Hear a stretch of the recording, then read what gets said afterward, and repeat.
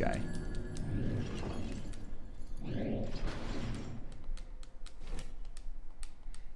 We have good biking infrastructure here, too. Oh, but dude, you know what? And I think both pro cyclists and pro drivers are going to be with me on this one. We have... So much of Vancouver has a dedicated bike lane or 2 bike lanes on each side of the street. So let's say you're going up, trying to think of what's a good example. If you're on like Pacific Boulevard, there's a huge bike lane that you can go into and follow the flow of traffic. The number one most annoying thing is when people go the wrong way in the bike lane. This shit drives me absolutely bonkers. Because everybody else that's using the bike lane now has to watch out for your idiocy. Or when... And another thing, and I don't want to be like anti-tourist, okay? But another thing I've seen a lot of is people aimlessly walking through the bike lanes thinking that they're just nice sidewalks or something like that. Like there'll be a sidewalk with a bike lane next to it, and on the bike lane is like a painted bicycle, and there'll be a group of people walking on the bike lane. And I can only imagine the conversation is like, hey, put a nice little sidewalk in here. Doesn't have any cracks in it. It's got cool pictures of bicycles every 100 meters. Isn't that nice?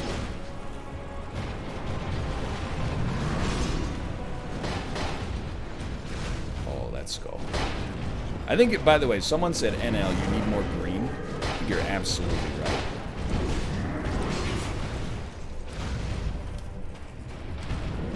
Don't. Just fucking don't, dude. New topic. This is so aggravating. You know what's bullshit? Bike lanes. Whew. Not really. I'm very pro bike lanes. There was a mayoral candidate who ran in the last mayoral election. She was like, we got too many bike lanes. We're going to rip it out and put in street parking. And I was very, very pleased when she lost badly. Like, imagine being in politics and think that removing the easy ability for thousands and thousands of people to bike so you can put in like 5 parking spots is going to make parking easier. Your whole life is politics, and you have that opinion.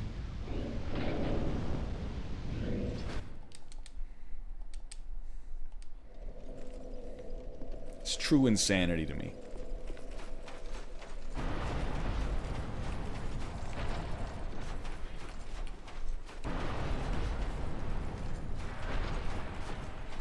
Some of my competitors, you got it. You got it. That's where we're going with that one. Some of my competitors look at a full parking lot and think, why don't they just build more spots? Oh my God, the universe is collapsing. I have to park a block away. Don't you realize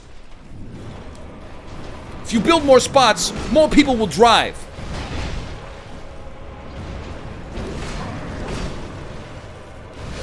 That was not even close.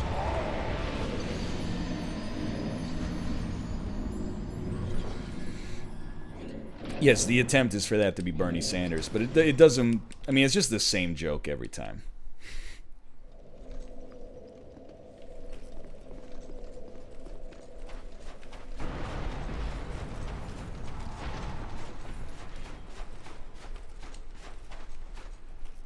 He did say the universe is collapsing. He did. I believe it was in response to the discussion over the America's version of the CERB, where people were like, but that means that someone who makes $500 could quit their job and make $513 by not working. And I believe... No, yeah, dude, you're right. He was talking about Dark. Oh my God. Who is Charlotte Doppler? They show us a photo of Charlotte Doppler. But what dimension is it? I don't know. I had to check the wiki. If you know, please tell me. These are not spoilers. It's a character's name from the television program. And the central premise of the television program.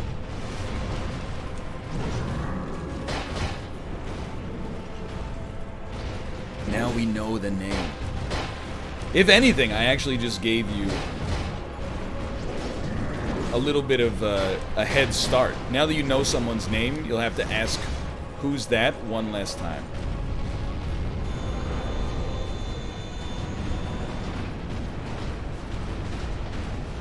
Yeah, Bernie Sanders is in that show. He plays Tannhaus.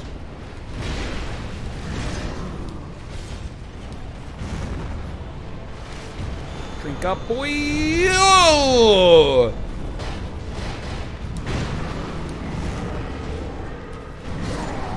We actually dodged it for once.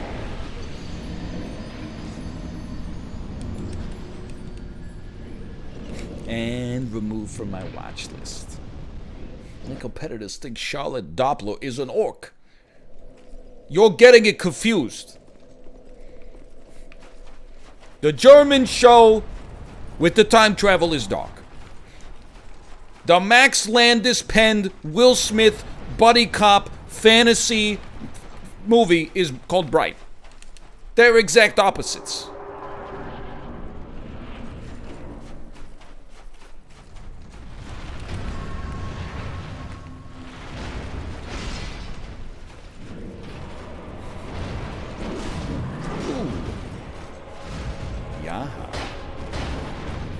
Dial?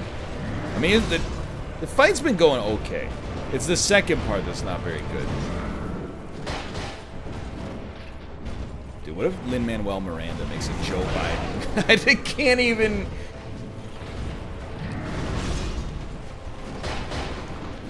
Told these truths to be self-evident and evident, and you know the rest, and it's...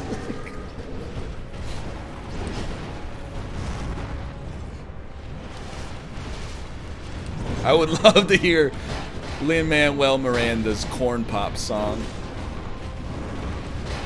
He's a bad dude hanging out at the pool. He's trying to make me look like a fool. Corn Pop! I'm Corn Pop!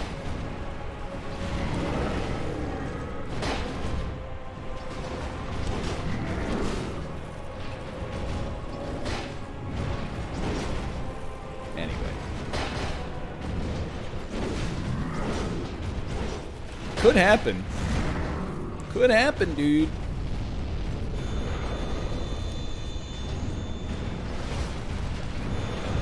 Nope. Okay, don't stand close to the epicenter of that one. Alright, let me get some water for our final attempts here. Come on, come on, come on, come on, come on, come on. Come on, come on, come on, come on, come on, come on, come on.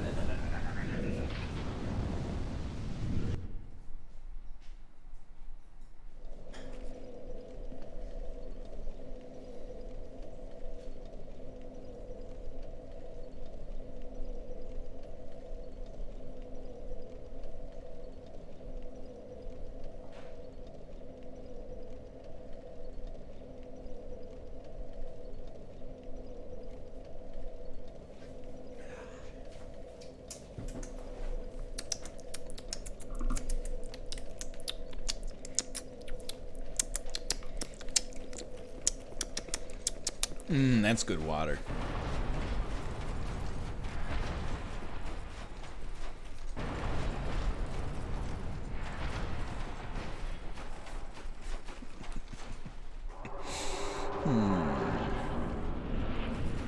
This guy's about to jack off.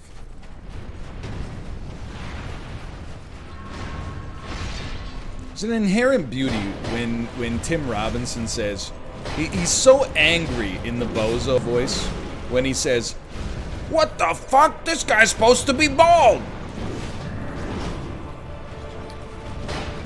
It's truly beautiful. It's like, it's such unbelievable fervor for something that makes no sense whatsoever. Hope nobody goes home and fucks my mom. If that's not the mark of a good show, where you're quoting it a year after its release and laughing to yourself, I mean, what can you say? No, dude, come on.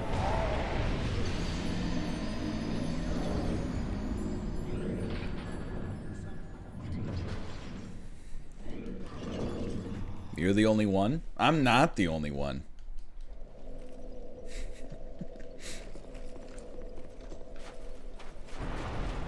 There's a whole Twitter account at ITYSL. There are tens of thousands of us.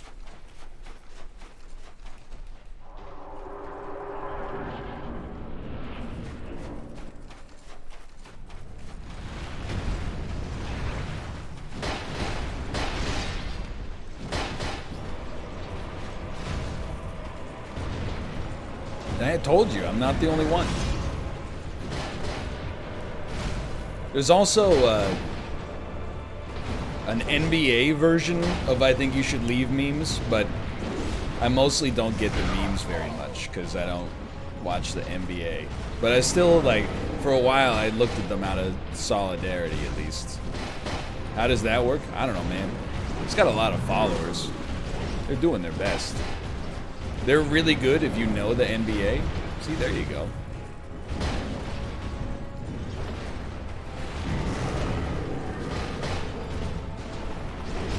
We did have the Vancouver Grizzlies.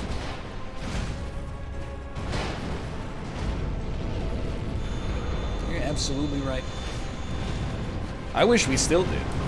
I wouldn't watch them, but it'd be cool. What are you doing? What are you doing? What? I tried to leave.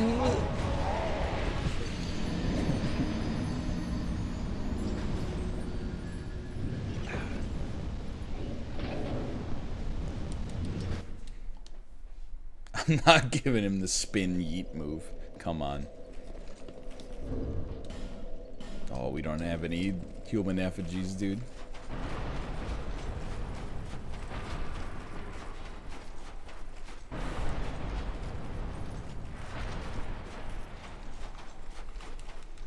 Where are the NBA I Think You Should Leave memes? I need them. Okay, so what you're gonna do is you're gonna go to YouTube and you're gonna type in bozo dubbed over with spaces between each of the words.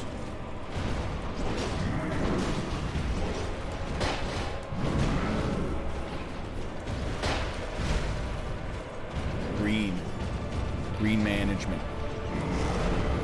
I can't believe people were like, first off, I gotta tell you, this has been the most confusing Dark Souls stream in my life. We fought Blue Smelter, who I thought was a meme that chat made up and didn't exist. And now we're fighting a guy called Fume Knight, that I have to be honest with you, I thought was chat misremembering the name of Smelter Demon. So this is a weird one for me. But I can't believe everyone was telling me Blue Smelter's the problem. Fume Knight's a freaking disaster, dude. But also, like, one of the best fights in the game so far. Blue Smelter was just, you know, the re-smelting.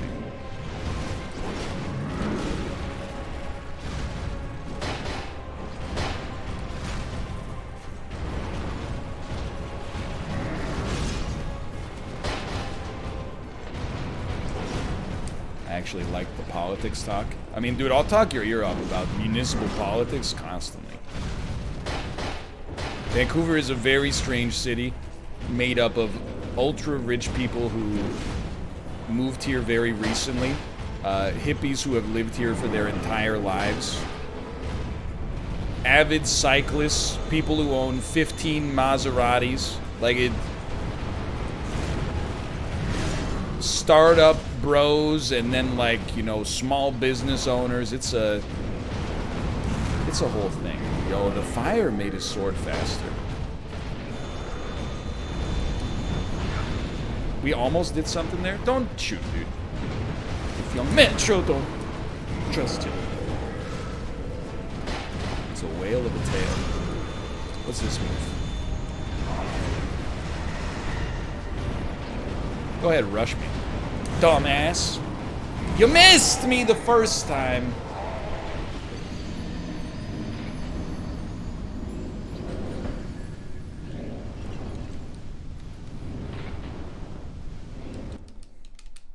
What's up with Canada dumping all their sewage into the rivers?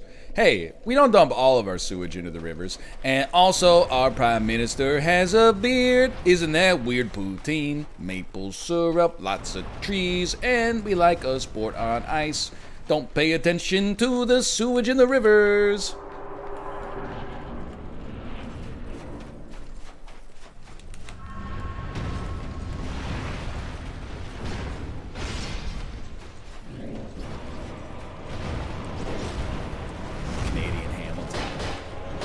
Yo, Trudeau would make a great Lin-Manuel Miranda musical because Trudeau has a lot of rhymes.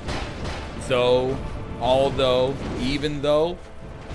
They could even put that in there. I know you'd like to thank the CERB, but look a little bit closer, see, deficit is too, you know. Anyway.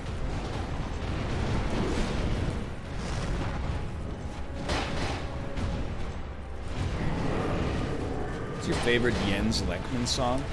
I don't know, dude. I mean, A Postcard to Nina is really good. And unlike a lot of story-driven songs, I haven't lost a lot of love for A Postcard to Nina over the years, even though I've heard it 1,000 times. Maple Leaves is good, but it's a little saccharine. I mean, You Are the Light is very hooky as well. Sipping on the Sweet Nectar, Friday Night at the Drive-In Bingo. What's, trying to think. Song where he takes his sister to the beach and they, you know, that's, I think it's track 2 off of that album. I don't remember the name of.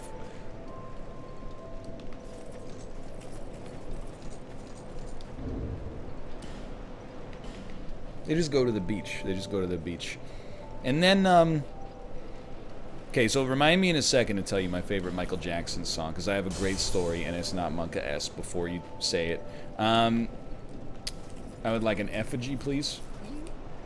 The other, opposite of Hallelujah, that's what I was looking for. You don't have any effigies, unfortunately. So we're just gonna have to grin and bear it. The Broom Tower. Lowermost floor. Anyway, what was I saying?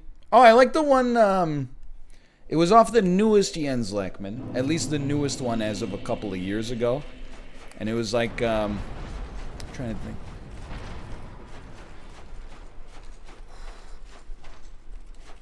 It's like the 5-year-olds watching the 10-year-old shoplifting. 10-year-old, yeah, Wedding in Finisterre. How did you know? How did you know? I thought that one was a classic Jens Lekman. Absolutely, that was a great song. Now, my Michael Jackson story is: did anybody see the GIF of? I don't know if it's the song "We Are the World" or if it's something else. It's not a GIF either, it's a video on Twitter. And it starts with Michael Jackson. It's all these like 80s singers recording a song for charity, right? And Michael Jackson just nails his part because he's one of the greatest singers of all time, you know? He's like, well, if you're down and out and it seems no hope at all, you know, and he's crushing it. And then Huey Lewis gets in and sings his song completely off, or his line completely off key. And then Cyndi Lauper goes, wow, wow, wow, wow, and is like not even close to being in key. And Michael Jackson, even though he's got sunglasses on, is just staring them down. And you can imagine the look on his face is truly, like, because his singing is just transcendental at the start of this video. I can't describe it any other way. I could, but it wouldn't be as interesting. And then Huey Lewis kind of like gives it like, I don't know, a good old college try. And then Cyndi Lauper just completely destroys it. It's an incredible video. We're gonna get there, dude.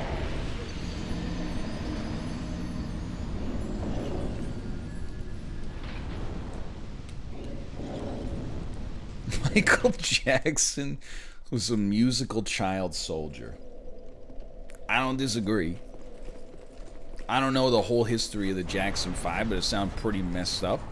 But you can't deny the man could sing.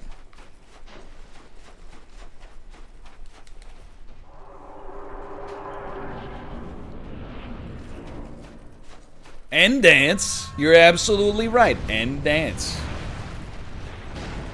And also, in many ways, I feel like if we don't acknowledge how much of a bop many of those songs are, then all of that terrible stuff would have been for nothing.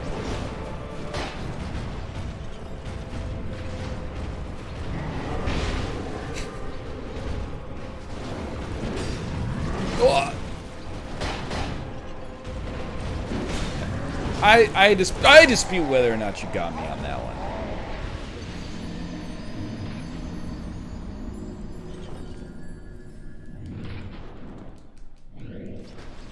Not the not the alleged bad stuff that he did. I meant the alleged bad stuff that happened in the Jackson 5, where like if he didn't sing perfectly, he would be, you know, his dinner would be taken away. Michael Jordan did what?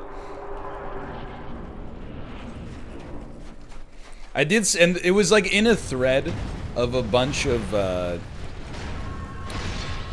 like, it said, like, check out this collection of videos of Michael Jackson throwing shade.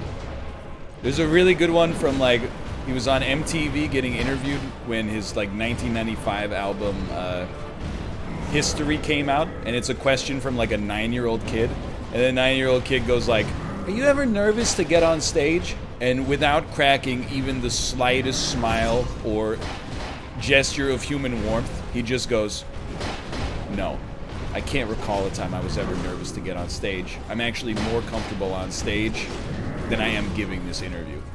I was like, damn, Michael. I mean, I hear you, but he's like 9, dude. Just relax. He was stone cold. Michael Jackson was like, "When I was your age, I was performing on the goddamn Ed Sullivan show."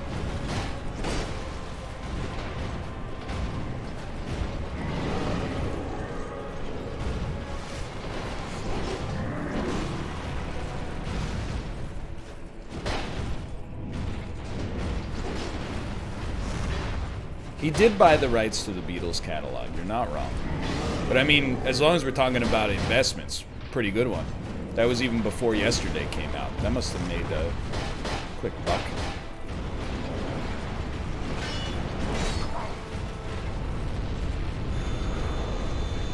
How old do you think Michael Jackson would have to be? Let's say we had an aging chamber. So you don't age, but he stays the same age. How old do you think you would have to age Michael Jordan in the aging chamber before you could beat him in a one-on-one game of basketball? Because I'm telling you, he's like 50-something right now. I don't stand a chance. There's no way. I've at least got a... I'm thinking at 80... I might have a chance, but I bet he would still beat me at 80.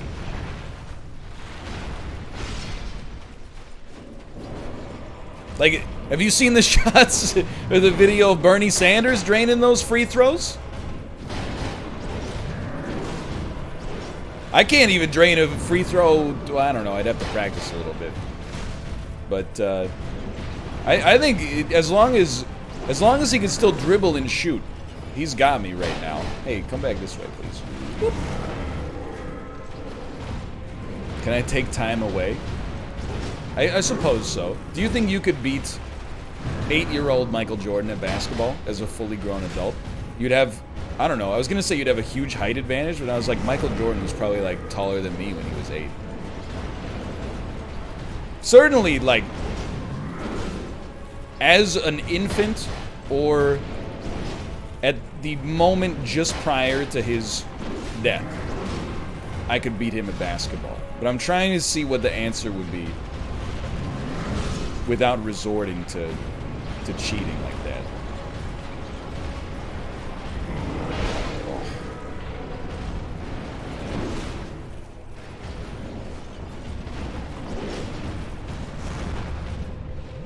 Is Michael Jackson better at basketball than Michael Jordan is at singing? That's a good question. In their primes. Well, here's the thing. How good was Michael Jackson at basketball? Probably not that good. He spent his whole life singing. He was taller than I am, but not that tall. He might be like just a shade over 6 foot.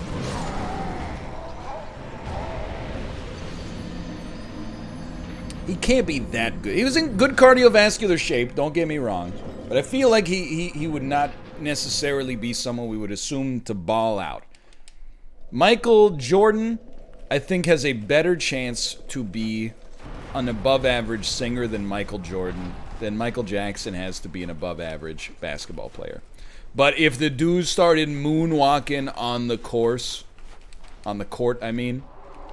it would be over. Can you imagine if he hit you with the smooth criminal lean while he was dribbling?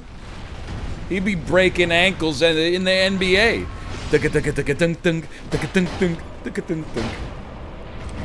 I don't know, man. I'm starting to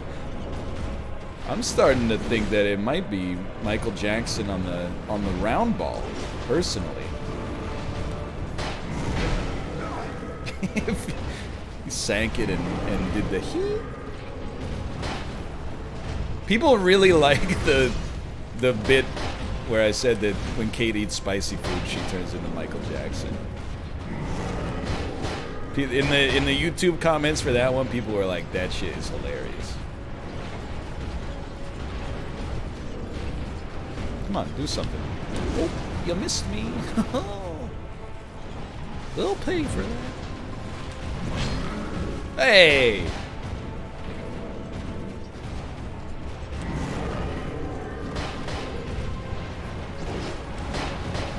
That was great. That was great. There's another great video in that thread of Michael Jackson throwing shade at people, where he's in a car with the window down, like the back seat. Roll into it, yeah. And the paparazzi is hounding him. Not supposed to get that close to that one. And they're going, Michael! Can you still moonwalk? And he's visibly extremely annoyed. But he gets baited by the question. They go, Michael, can you still moonwalk? And he goes,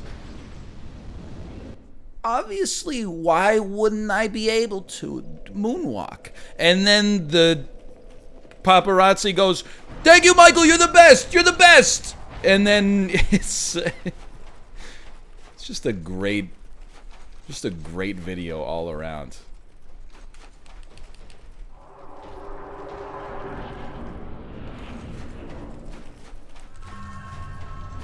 Can you still beat Dark Souls 2? Look, this guy is hard, okay?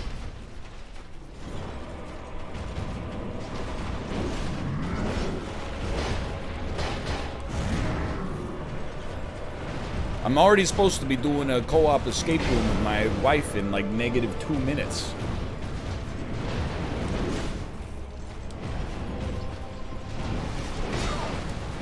Yeah, chat, when I answer your questions, why don't you say, thanks, NL, you're the best?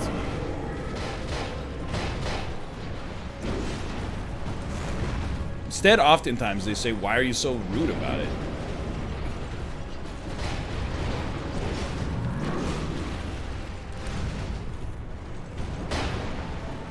Double standard much? Can you still moonwalk? Oh.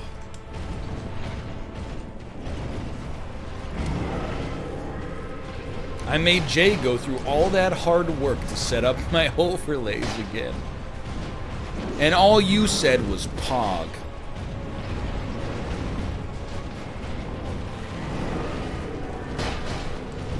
Instead of giving a real smile, we send an emoji.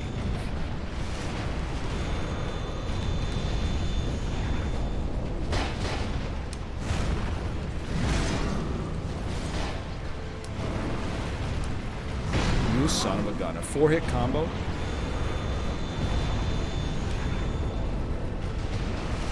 Oh, no! Well, that's where my story ends.